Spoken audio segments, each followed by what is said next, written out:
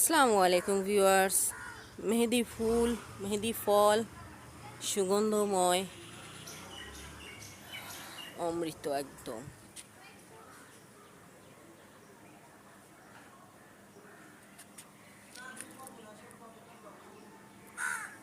এই সুগন্ধকে যদি বন্দি করে রাখা যেত, এত সুন্দর মধুময় সুগন্ধ, পাতা তিতে মেহেদির সুগন্ধময়, নিঃশ্বাসে বাতাসে বাতাসে রন্ধে রন্ধে মিলে যায়। মাশাআল্লাহ।